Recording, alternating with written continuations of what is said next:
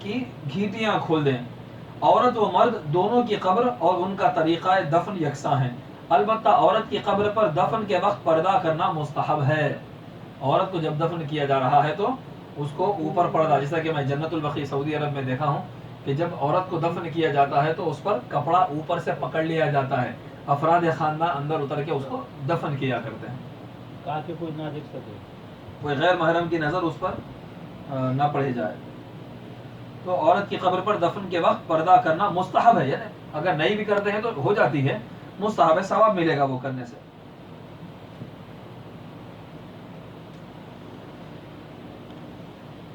اور عورت کو قبر میں اس کے محرم باپ، بیٹا یا بھائی وغیرہ اتاریں. عورت کو قبر میں اس کے باپ، بیٹا یا اس کا بھائی اتاریں گے. اگر یہ نہ ہو تو پھر قریبی، ورنہ بعیدی رشتہ دار، پھر ہمسایہ، پھر جو لوگ موجود ہوں. اگر قریبی لوگ نہیں ہیں تو دور کے لوگ بھی اتار سکتے ہیں. جب میت کو قبر میں رکھ چکے تو کچی اینٹوں یا برگوں سے قبر کو بند کر دیں. اگر کچھ سوراخ رہ جائے تو ان کو بھی بند کر دیں تاکہ میت پر مٹی نہ گرے. پھر جس قدر مٹی قبر سے نکلی ہو وہ سب قبر پر ڈال دیں. ساری مٹی جتنی باہر نکل ڈال دیں، اس سے کم یا زیادہ ڈالنا مکروہ ہے. اور مستحب ہے کہ سرانے سے ابتدا کریں، اس طرح کہ پہلے ہر آدمی اپنے دونوں ہاتھوں سے 3 دفعہ مٹی ہر آدمی ڈالے اور وہ آیت پڑھے منہا خلقناکم وفیہا نعیدکم ومنہا نخرجکم تارۃ اخری. پھر دوسری دفعہ آیت کے 3 حصے میں پہلی مٹھی منہا خلقناکم، دوسری مٹھی وفیہا نعیدکم، تیسری مٹھی ومنہا نخرجکم تارۃ اخری. پھر باقی مٹی ہاتھوں، پھاوڑوں وغیرہ کے ذریعے بھر دیں.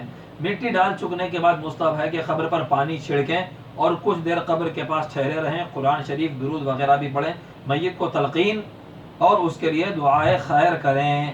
میت کی تلقین کیا ہے، اس کے بارے میں فرمایا جاتا ہے کہ تلقین کے لیے اس قدر الفاظ کافی ہیں: یا فلان ابن فلان اذکر ما کنت علیہ وقل رضیت باللہ ربا وبالاسلام دینا وبمحمد نبیا. قبر کے سرہانے کھڑے ہو کر میت کو کہنا، یہ کہنے کے بعد تلقین، اس کو تلقین میت کہتے ہیں. تلقین میت کیا ہے؟ یا فلان ابن فلان اذکر ما کنت علیہ وقل رضیت باللہ ربا وبالاسلام دینا وبسیدنا محمد صلی اللہ علیہ وسلم رسول نبیا. اے فلاں فلاں کے بیٹے، یاد کر تو جس مذہب اور جس دین پہ تھا اور تو کہہ میں اللہ کے رب ہونے پر راضی ہو گیا، اسلام کے دین ہونے پر راضی ہو گیا اور محمد صلی اللہ علیہ وسلم کے نبی ہونے پر میں راضی ہو گیا. یہ کہہ، اس کو تلقین میت کہتے ہیں. قبر کے سرہانے کھڑے ہو کر پڑھنا. اب عوام میں ایک جہالت ہے. ڈاکٹر طاہر القادری صاحب شیخ الاسلام میت کے تدفین کے بعد کھڑے ہو کر کہہ رہے ہیں کہ اردو میں کہہ رہے ہیں کہ بیٹے پڑھو لا الہ الا اللہ، بیٹے پڑھو لا الہ الا اللہ، آپ اپنا دین یاد کرو. قبر کے سرانے کھڑے ہو کر وہ لوگ جاہل اس کو نکالے یوٹیوب پہ ڈال دیے، دیکھو طاہر القادری مردے کو کلمہ پڑھا رہے ہیں. ارے حدیثوں میں آیا ہے لقینوا موتاکم بلا الہ الا اللہ. حضور فرمائے اپنے مرے ہوئے لوگوں کو لا الہ الا اللہ کی تلقین کرو. حدیث شریف میں آیا کہ جب کوئی اپنے مردے کے سرہانے، قبر کے سرانے کھڑے ہو کر یاد دلاتا ہے، تلقین میت کرتا ہے، قبر میں فرشتے کہتے ہیں کہ اب اس سے کیا سوال کرنا ہے، یہ اس کو یاد دلا دیا ہے. تو عوام میں جہالت ہے. طاہر القادری مردے کو کلمہ پڑھا رہے ہیں، یہ تو تلقین میت. دیکھیں آپ سارے علماء لکھے ہوئے ہیں. جاہلوں کا طریقہ ہے یہ کسی چیز پر تنقید کر دینا. اگر نیک تھے گواہی دینے پہ کیا ہے؟ بس ہر مسلمان کو نیک ہو کہ بد ہو، تلقین لقین و موتاکم. تدفین کے بعد بعض لوگ بولتے سب سے گواہی لیتے بھائی انہوں نیک تھے نا، انہوں کسی کا قرضہ تھا کیا، وہ تو قرض وغیرہ کچھ ذمہ ہے، کچھ وصیت ہے. 40 آدمی مل کے نیک تھے بولے تو نیکی کی گواہی دلاتے تدفین کے بعد. مگر لوگ لڑ رہے ہیں بھائی بولے تو نہیں خالی انتقال کی خبر سنتے ہی نیک تھے بول کے اگر 4 بول دیا تو بخشش ہے اس کی. 40 کی ضرورت. نیک تھا بد تھا بول کے اپنے کو دینا ہی ہے. جو لوگ جانتے ہیں وہ لوگ بول دیے تو نا، اس لیے صاحب تو خبر کے سرانے کھڑے ہو بدی تھا تو بولنا نہیں ہے، بدی تو بولنا نہیں. اس طرح میت کو تلقین کرنا، اے فلاں ابن فلاں تعریف کرنا بس. ہاں میت کا جو سو اذکر ما کنت علیہ، بات ہی نہیں کرنا ہے، بس چھوڑ دینے کا. اس طرح سے لا الہ الا اللہ رضیت باللہ رب والاسلام دینا وبسیدنا محمد صلی اللہ علیہ وسلم رسول نبیہ، یہ میت کو یاد دلا دیا جائے. پھر جو ہے دعائے خیر کریں میت کے لیے. قبر کا زمین سے 1 بالش اونچی کر لے، کوہان شتر کی، اونٹ کی پیٹھ کی طرح. ڈھلوان بنانا مسنون ہے، یعنی کہ اس طرح سے میت کا وہ قبر کا شیپ ڈھلان کی طرف ہو تو زیادہ بہتر مسنون ہے. اگر ایک بالش سے قدر زائد ہو تو مذائقہ نہیں، لیکن بہت زیادہ بلند کرنا مکروہ ہے. قبر کا مربع چوکونی بنانا مکروہ اور گچی کرنا منع ہے. ایک قبر میں ایک میت سے زیادہ کا دفن کرنا درست نہیں ہے. البتہ بوقت ضرورت جائز ہے، یعنی کسی علاقے میں قبرستان ہی نہ ہو، جگہ نہ ہو، تو ایک قبر میں دوسری میت کو اور تدفین کر سکتے ہیں۔ اگر دفن کے بعد معلوم ہو کہ میت کو قبلے کی طرف چہرہ نہیں کیا، یا بائیں کروٹ لٹایا، یا سرہانے پائنتی کی طرف ہو گیا، الٹا لٹا دیا ہے، تو قبر کھول کر درست کرنا جائز نہیں، جیسا ہے ویسا ہی رہنے دیں۔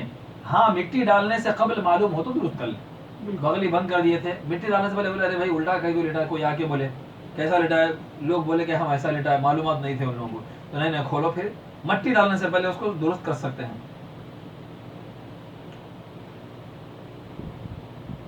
اور وہ سرما خوشبو وغیرہ وہ بھی مصنوع ہے شاید بنانا۔ اب دیکھ لیں سب، تابوت صندوق بنانا خواہ لکڑی کا ہو یا پتھر اور لوہے کا جائز ہے۔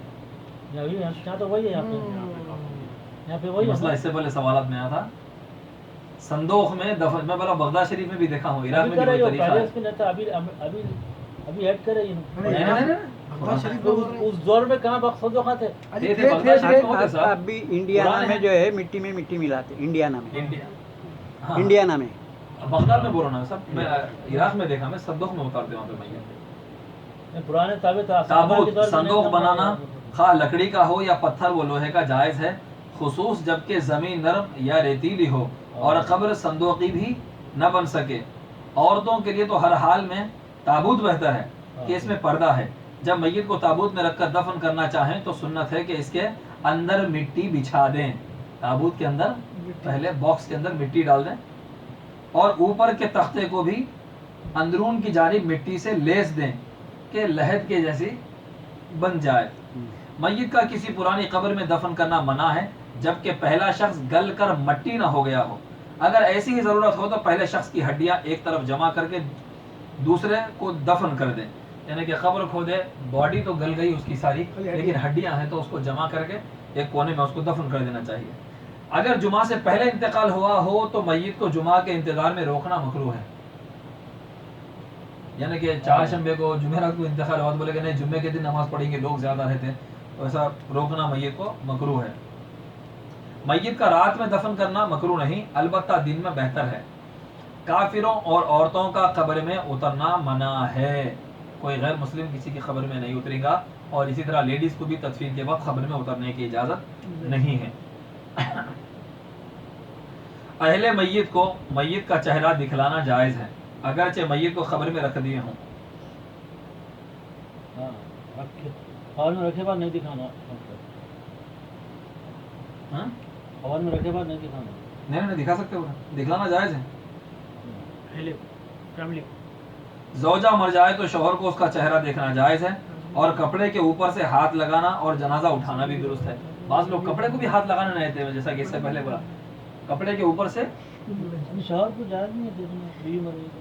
یہ عوام میں مشہور ہے صاحب، وہ ہے ایک صاحب تو بول دیا اگر ہاتھ لگا لیا تو پھر غسل دینا پڑتا ہے جنازے کو۔ یہ سب عوام میں مشہور کر دیے سب یہ باتیں ہیں۔ عبداللہ بھائی ٹیچنگ سے اچھا، معلوم ہوتا ہے۔ بیوی ہاں، یہ ہے۔ دیکھنا نہیں ہے۔ دیکھیے نہیں بیوی دیکھ سکتی۔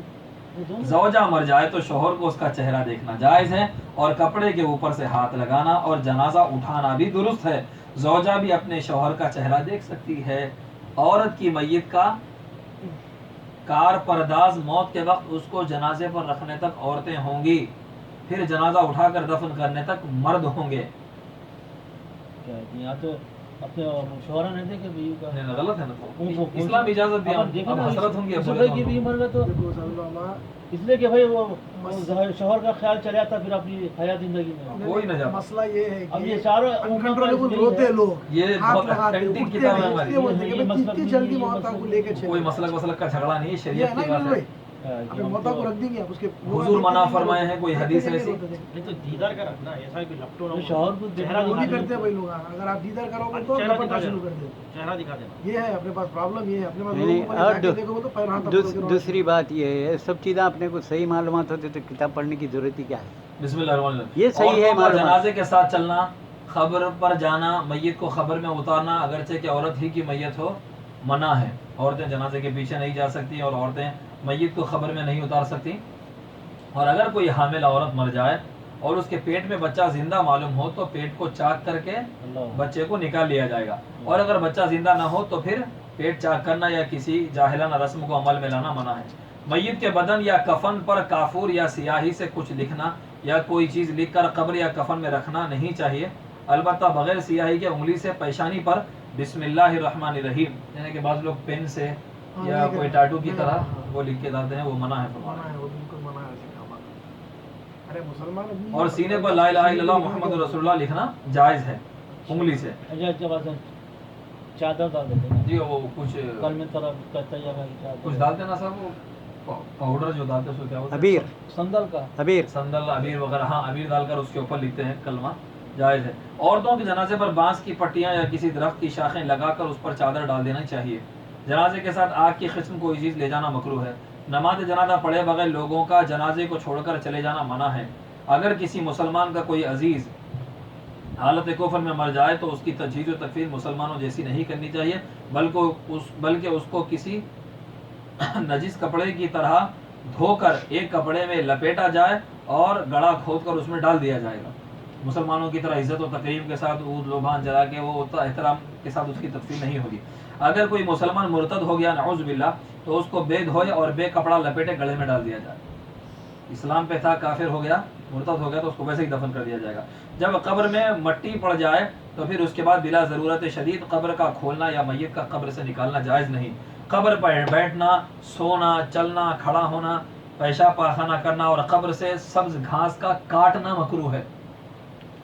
کسی قبر پہ بیٹھنا بھی مکروہ ہے، قبر کے اوپر سونا منع ہے، قبر کے اوپر سے چلنا بھی منع ہے، قبر کے اوپر کھڑا ہونا منع ہے، اور قبر کے اوپر بول و براز کرنا بھی منع ہے، اور قبر کے اوپر کی جو گھاس رہتی ہے اس کو اکھاڑنا بھی مکروہ ہے۔ یہ سب عمل قبر کے پاس قرآن شریف پڑھنا جائز ہے، اس سے میت کو نفع پہنچتا ہے۔ قبروں کی زیارت کرنا مستحب ہے، ثواب ملتا ہے۔ قبرستان میں پہنچے تو سنت ہے کہ اول کہے السلام علیکم السلام علیکم دار قوم مؤمنین وَإِنَّا إِن شَاءَ اللَّهُ بِكُمْ لَاحِقُونَ أَسْأَلُ اللَّهَ لِي وَلَكُمُ الْعَافِيَةَ۔ پھر قبلے کی طرف پشت اور قبر کی طرف منہ کر کے قرآن مجید پڑھے جو پڑھ سکے، اور درود شریف پڑھ کر اس کا ثواب اہل قبور کو بخش دیں۔ اہل میت کو 3 دن تک سوگ کرنا جائز ہے، اس سے زیادہ کسی کو درست نہیں۔ البتہ عورت کو اپنے شوہر کے لیے 4 مہینے 10 دن تک سوگ کرنا چاہیے۔ اب صاحب یہ میت کے مسائل ہو گئے، اب اس پہ کوئی سوال کرنا چاہے تو اس کا ایک مسائل تھا، یہ تدفین ہونے بعد کہتے ہیں کہ اہل بیت بیٹھ کے